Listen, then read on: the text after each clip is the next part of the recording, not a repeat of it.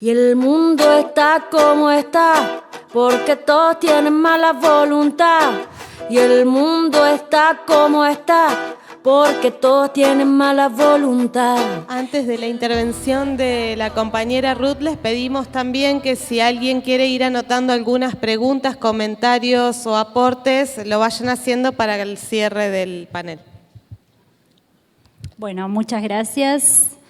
Muchísimas gracias por esta invitación. Me voy a tomar un minuto de los 15 que tengo, o sea, voy a hablar 16, para saludar enormemente la definición del juez de Cipolletti, que acaba de condenar al médico Rodríguez Lastra por incumplimiento de sus funciones como funcionario público. Que se entienda, las leyes están para ser cumplidas. Nuestros cuerpos no son de los ginecólogos. Un poco de reparación para la joven a la que se torturó y secuestró en un hospital público de Río Negro. Saludo enormemente la definición de 1 año y 2 meses de prisión en suspenso y 2 años y 4 meses de inhabilitación para el ejercicio de la medicina y de funciones públicas.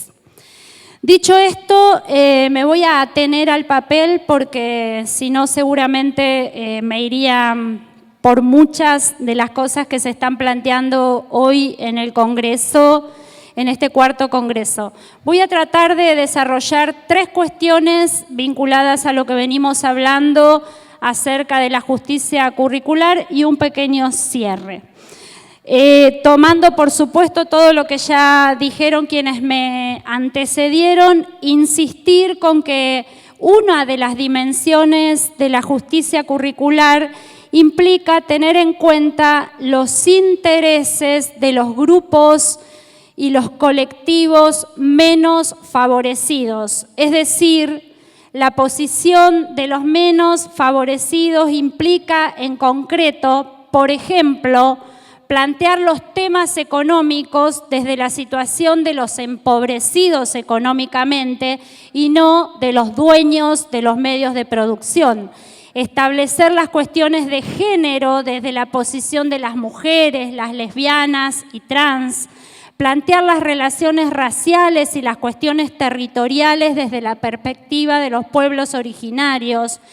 Plantear las cuestiones de las sexualidades desde las personas no heterosexuales y así sucesivamente.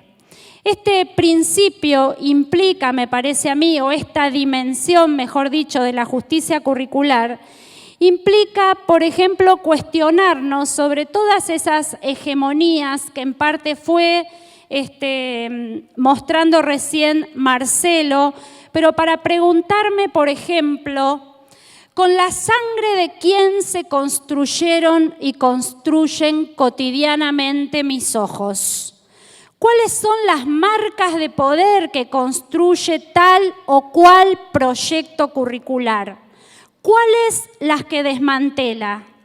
¿Cómo atender las complejas relaciones de subordinación a la que nos enfrentamos las mujeres y otros cuerpos feminizados concretos, respondiendo no solo a las relaciones de género y de clase, sino también al racismo, la lesbofobia, los efectos de la colonización, el transodio que traía hoy Graciela más temprano, las xenofobias, los ataques a los territorios, a las formas de reproducción cotidiana de la vida? ¿Cómo podemos pensar estrategias a través de las cuales reflexionar cómo se nos instala el racismo corporal en nuestras instituciones y en el currículum? ¿Cómo hacemos visibles las identidades individuales y colectivas que se oponen al sistema sexogenérico hegemónico? corriéndonos de las estigmatizaciones o volviendo a ellas, corriéndonos del disciplinamiento o volviendo a ellas, mostrándolas como consideraciones exóticas, como el caso del aula, como la museologización.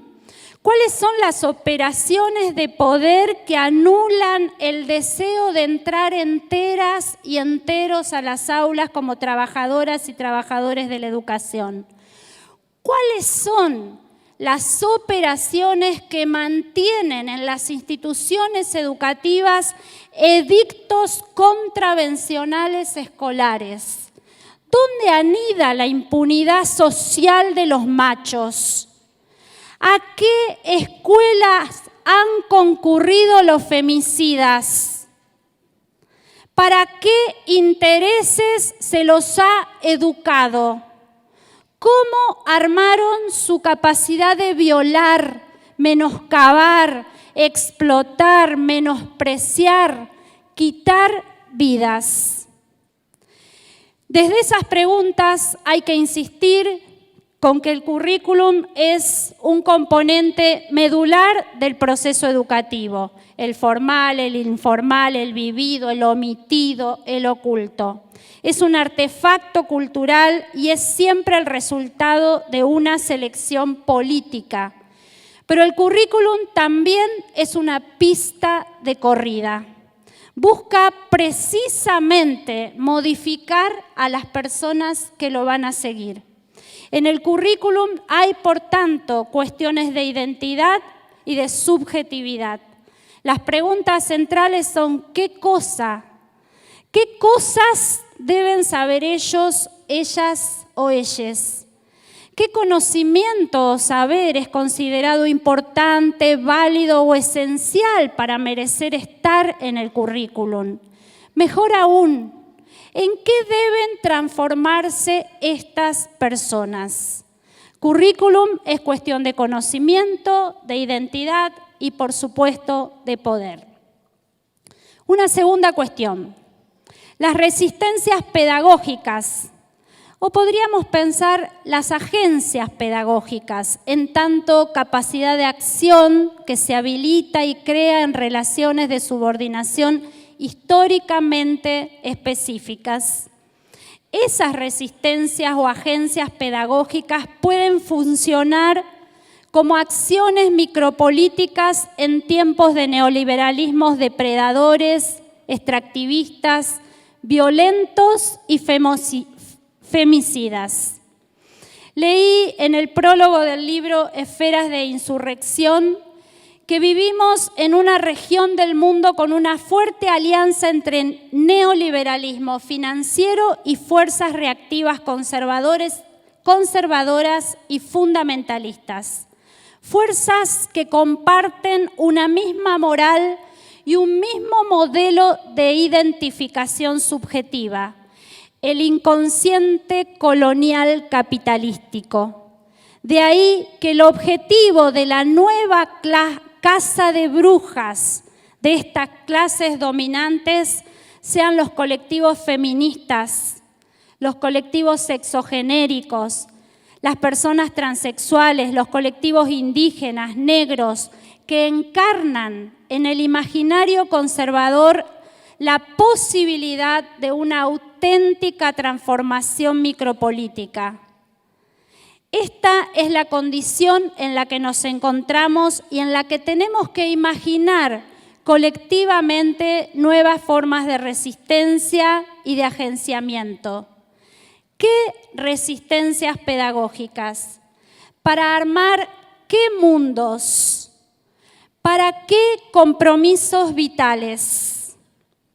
¿Qué aportan las pedagogías feministas para pensar la justicia curricular? Las pedagogías feministas nos invitan a realizar por lo menos 4 operaciones urgentes para desarticular las relaciones de poder. Una operación es despatriarcalizar el currículum, desdicotomizar el currículum, descolonizar el currículum y desnormativizarlo. El currículum y todas las prácticas educativas y pedagógicas. Preguntarnos cuáles son las propuestas de destino que trae el currículum desde teorías y prácticas feministas. La verdad que no lo sabemos a ciencia cierta porque estamos en un laboratorio constante, pero sí sabemos que buscamos la producción de conocimientos siempre inacabados, abiertos e inciertos, los que nos traen más sospechas que certezas. Buscamos implicarnos en la erotización de los procesos de conocer, de aprender y de enseñar. La erotización, dice Guasira López Louro, será tomada en un sentido pleno y expandido, como una energía y una fuerza motriz que impulsa nuestros actos cotidianos y nuestra relación con lesotres, sin dejar de lado la sensualidad y los cuerpos, ciertamente también implicados en esos procesos. Un erotismo presente en las aulas que se liga a la curiosidad, por tanto al deseo de saber. Buscamos pensar y proyectar búsquedas individuales y colectivas para entrar enteras a las aulas. Esto involucra asumir profundamente algo que hoy decía Graciela Morgade también, nuestra condición de sujetas y sujetos de género, de sexualidad, de determinada edad, de colores de piel, de pertenencias de clase. A la vez también considerar que los conocimientos se encarnan, producen y reproducen en los cuerpos y que los cuerpos son territorios de disputas. ¿Por qué el feminismo es tan corrosivo? En parte porque subvierte los juicios de la vida cotidiana en la que se despliegan un sinnúmero de hegemonías. El feminismo es corrosivo porque llega a la mesa familiar, a la vida escolar, a la vida sindical, a la vida política. Es corrosivo porque conmueve las existencias, porque contagia.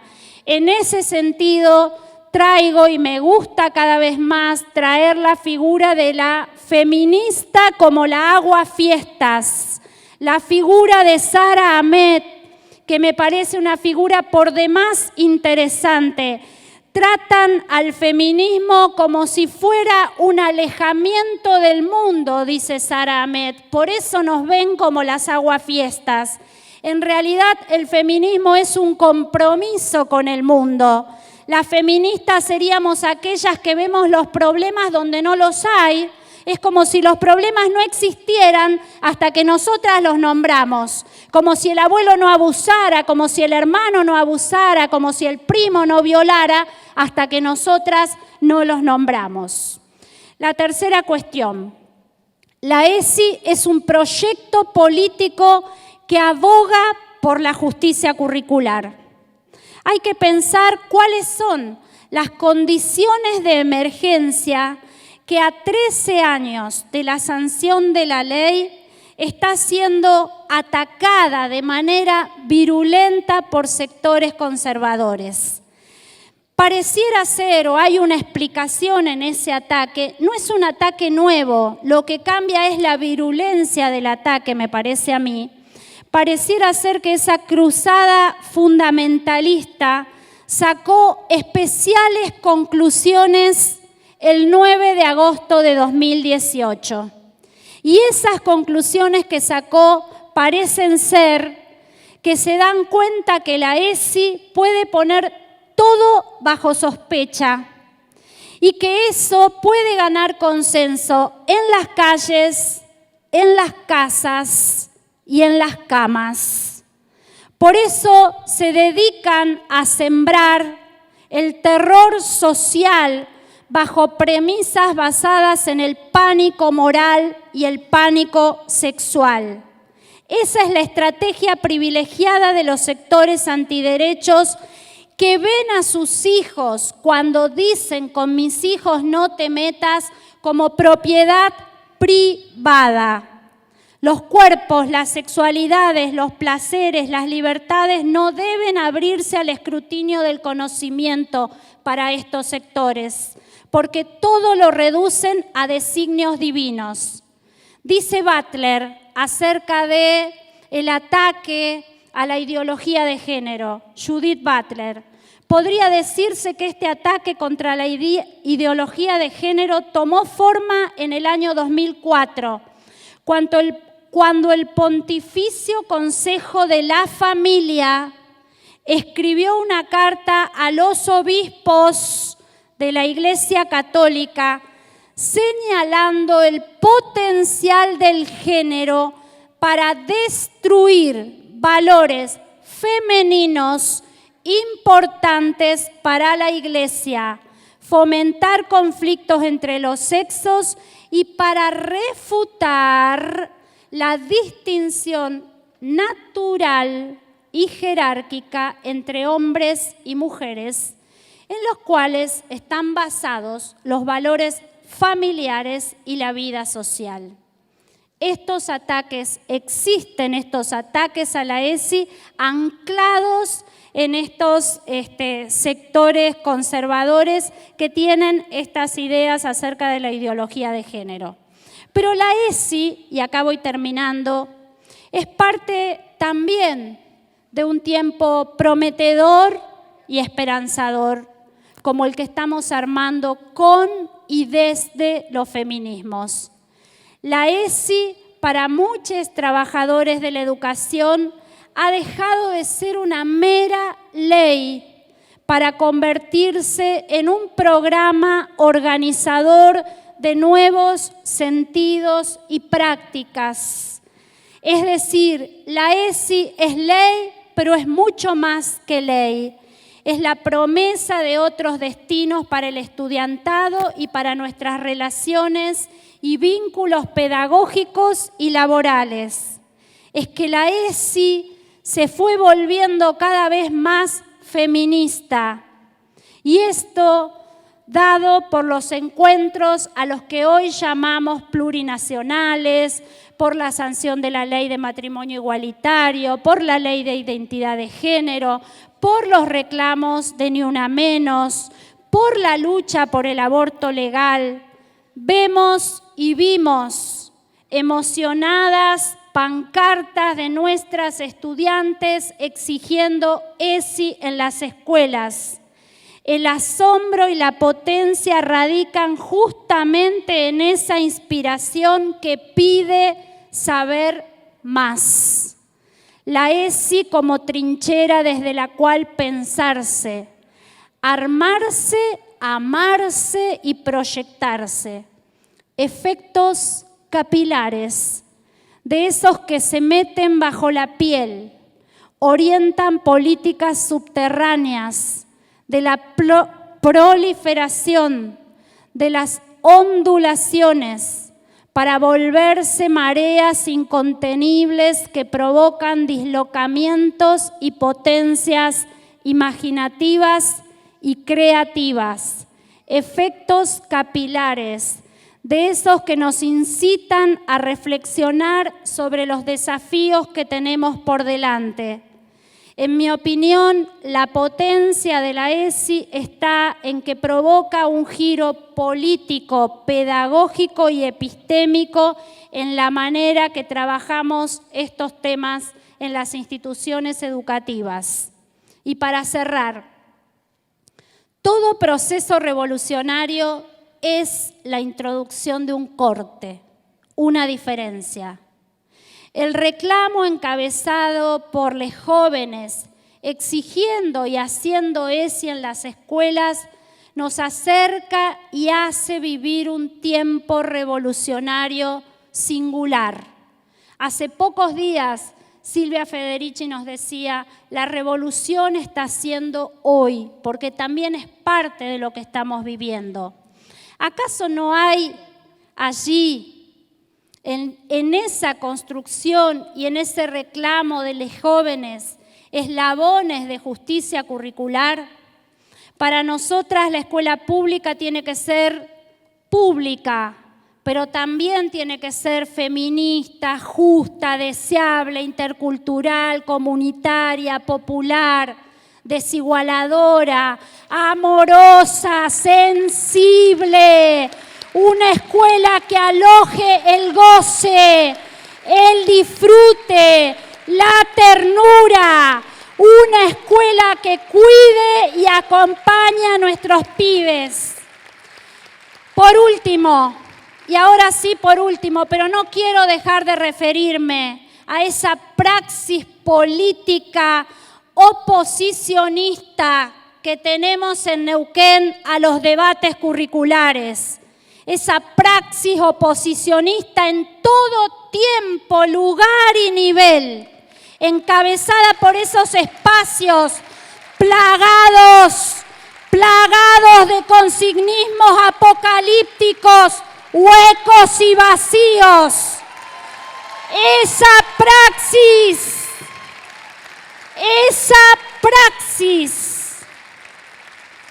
se genera a partir de un modo particular de vinculación con el conocimiento, con los estudiantes, con las instituciones educativas, con la comunidad educativa más amplia, con los propios compañeros de trabajo. Es una praxis que es incapaz de oír y albergar deseos de otra escuela, aquí y ahora. La praxis política oposicionista es conservadora, es nostálgica, es ineficaz para cambiar el estado de cosas al que nos somete el neoliberalismo extractivista, misógino y racista. Carlos Escliar nos dice: estar en el lenguaje querrá decir existir, andar, ocupar, descubrir, nombrar, dudar, errar, desear, desandar, escapar, vivir. Es presencia nítida y al mismo tiempo una huella espectral que asume el vértigo de la existencia y sus laberintos, prohíbe y liberta, habilita y confina, da paso y encierra, enciende, trasciende y abisma. Ojalá sigamos estando, propiciando y disputando en los lenguajes de los debates curriculares. Ojalá sigamos armando pasiones y aspiraciones por hacer vivir, ahora sí, en la cotidianeidad de las instituciones educativas, las promesas de otros destinos y horizontes que trae el diseño curricular para la escuela media construido a lo largo de estos años. Ese también es nuestro compromiso pedagógico con la escuela pública, hacer vivir ese diseño curricular en la cotidianeidad, hacer que la escuela pública sea un lugar, un refugio para seguir armando mundos feministas, porque nos lo merecemos y también se lo merecen las infancias y los jóvenes. Muchas gracias.